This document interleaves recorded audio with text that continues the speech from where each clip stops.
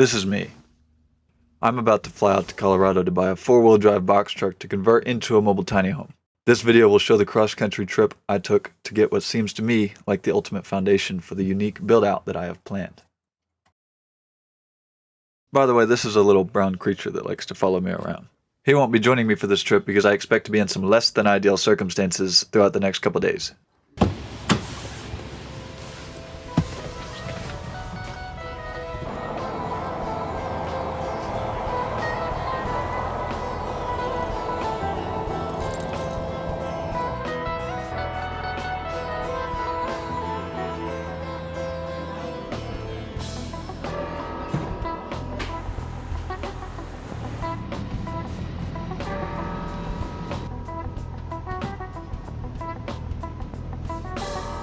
No storage.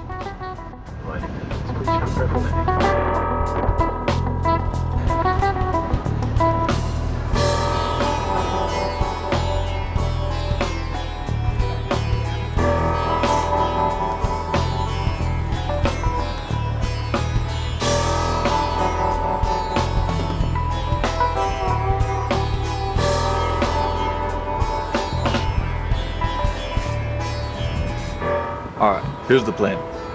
I'm gonna land at the Denver airport, gonna get a big expensive Uber to fly over to this shop that the truck is at right now. And we're gonna take a look, make the purchase, and get back easy peasy, no big deal.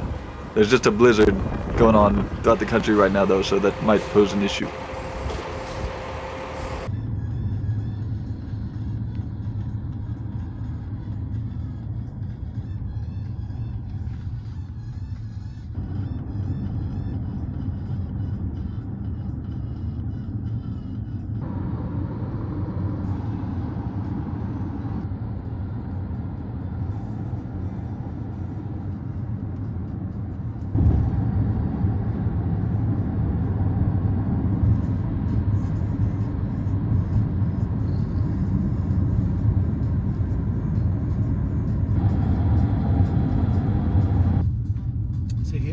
Yeah.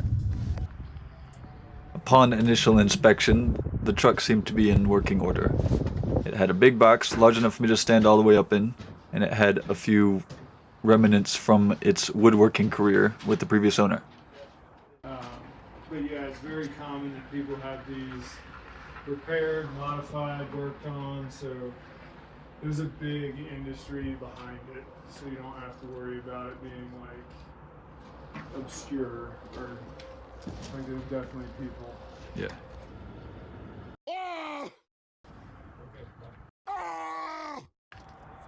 The gaping holes in the frame of the box truck were not ideal, but I was willing to overlook them because the engine was in great condition, and that's what I mostly cared about.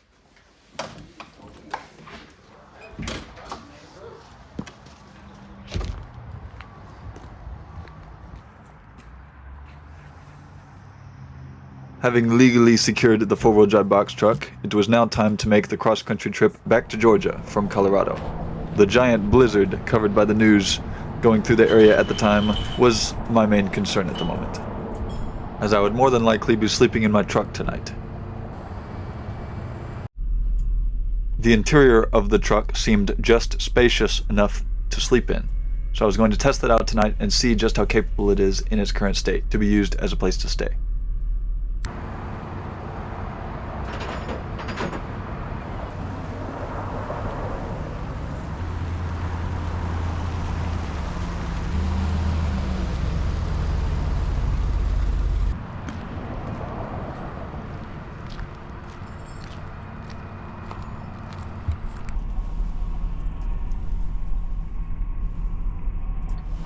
With the truck running smoothly, it was now time for me to get to Denver so that I could find a place to park for the night and then start the journey through the snowstorm in the morning.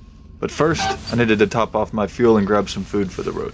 So I headed over to Costco like the cheapskate that I am and got a good bargain on both.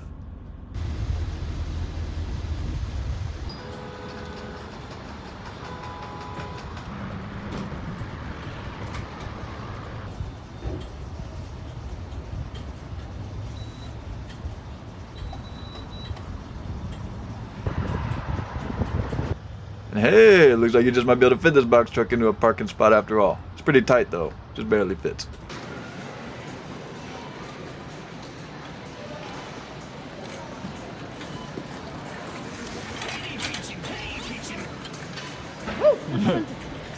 There's a quarter. Yeah. Take it.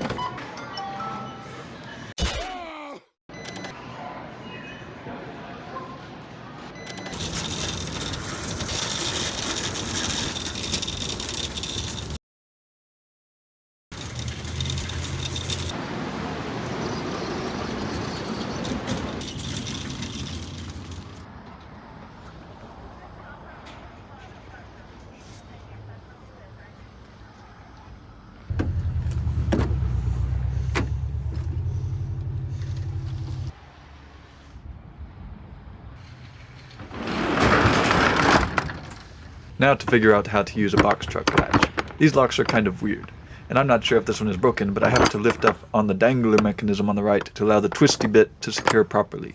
Took some finagling to get it on with my icy fingers.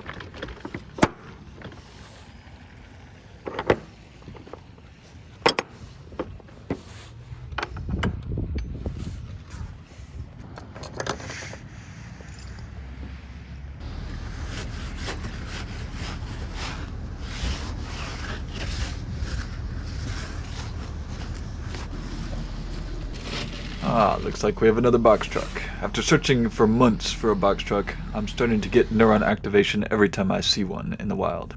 And I still needed a place to stay for the night, so I decided to check iOverlander to see if there was any places I could park near Denver. I managed to locate a Love's truck stop not too far from where I was headed, so I decided to stay there.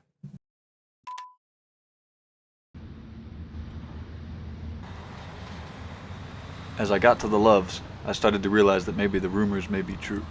By the time I got parked, my windshield was already completely iced over, and I could feel the chill setting in.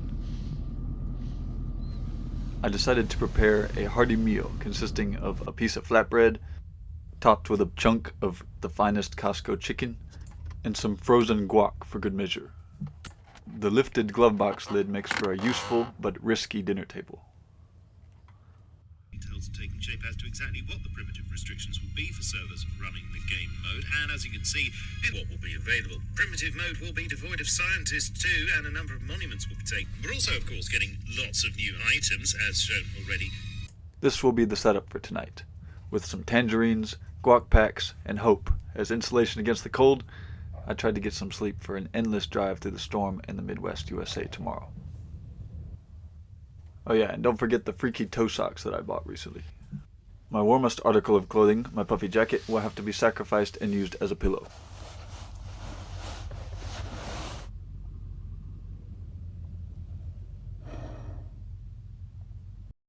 Unluckily for me, I was going to be experiencing 17-degree weather throughout the night, and waking up frequently, getting no sleep basically. There was also this mysterious semi-truck that was periodically honking its horn throughout the entire night, basically. Not sure if it was some kind of call out to the lot lizards or anything. Don't look up what a lot lizard is, by the way. But it was pretty annoying, and it kept me up.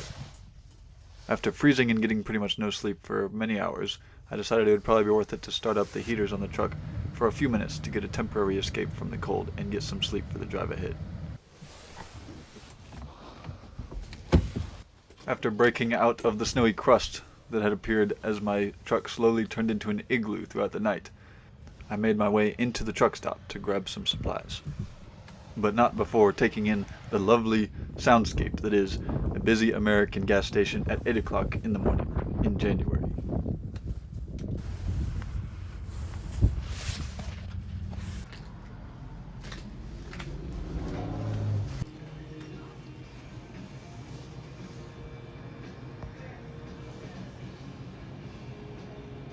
After sustaining myself on mostly bread and ice crystals for the last day, I decided it would probably be a good idea to grab a jug for the road. Well, I guess I could have just bought a pillow, but I think this pillow would have probably frozen solid in the truck last night.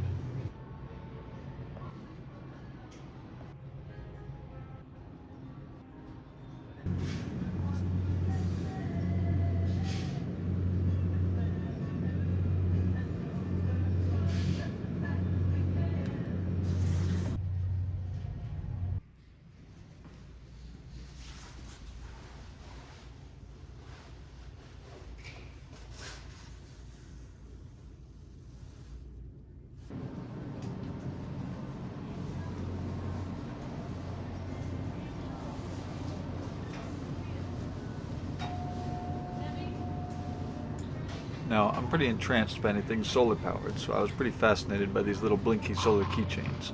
I spent far, far too long looking at these and choosing a bunch of them to get for me and my friends.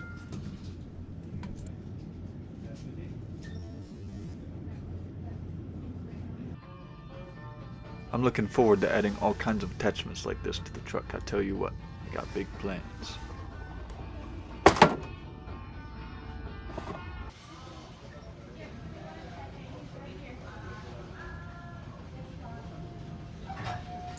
Now, I'm about ready to be getting like this guy, because I tell you what, being basically completely unable to see because of super long hair, having your hair freeze, or just the overall hassle of having thousands of little tentacles on your head that are this long 24/7 is one of the most debilitating things, especially on this trip. I still don't get why human bodies do this to themselves. Now, driving a truck across the country full of perishable food with no means of refrigeration may be an issue for most people, but not for me, because everything I own is currently getting frozen solid in the cab of the truck.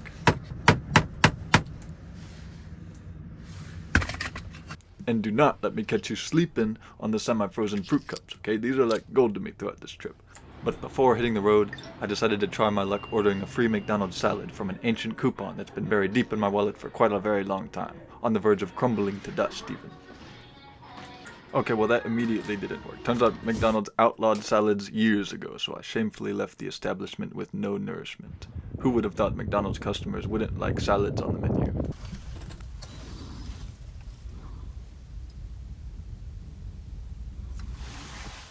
I also saw the school bus conversion on the way out. Reminded me of my old bus. But that's where I'm going to have to end part 1 of this trip for now, because there's an event I need to get to, and I can't sit here editing this any longer. So I will have to show you how things went in the blizzard in the next one, as we only have a measly 20-hour plus drive ahead of us. And don't get your hopes up about any fancy outros. You're not getting one. Smell you later.